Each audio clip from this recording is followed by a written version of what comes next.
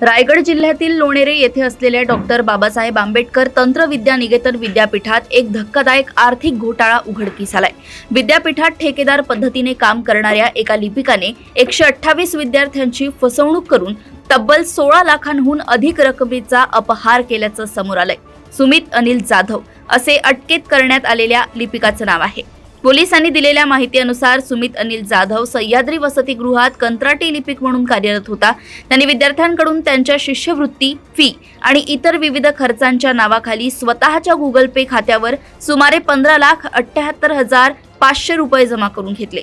यासाठी त्यांनी विद्यार्थ्यांची दिशाभूल केली, तसेच त्यांना काही ठिकाणी धमकीही दिली असे तक्रारीत नमूद करण्यात आले।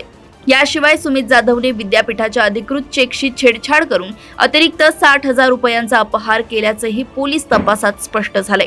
मूळ चेकवर 6,890 रुपये नमूद असताना त्याने त्यात फेरफार करून 66,890 रुपये स्वतःच्या खात्यात वळते केले। अशा प्रकारे त्याने एकूण 16,38,500 रुपयांची फसवणूक केली आहे।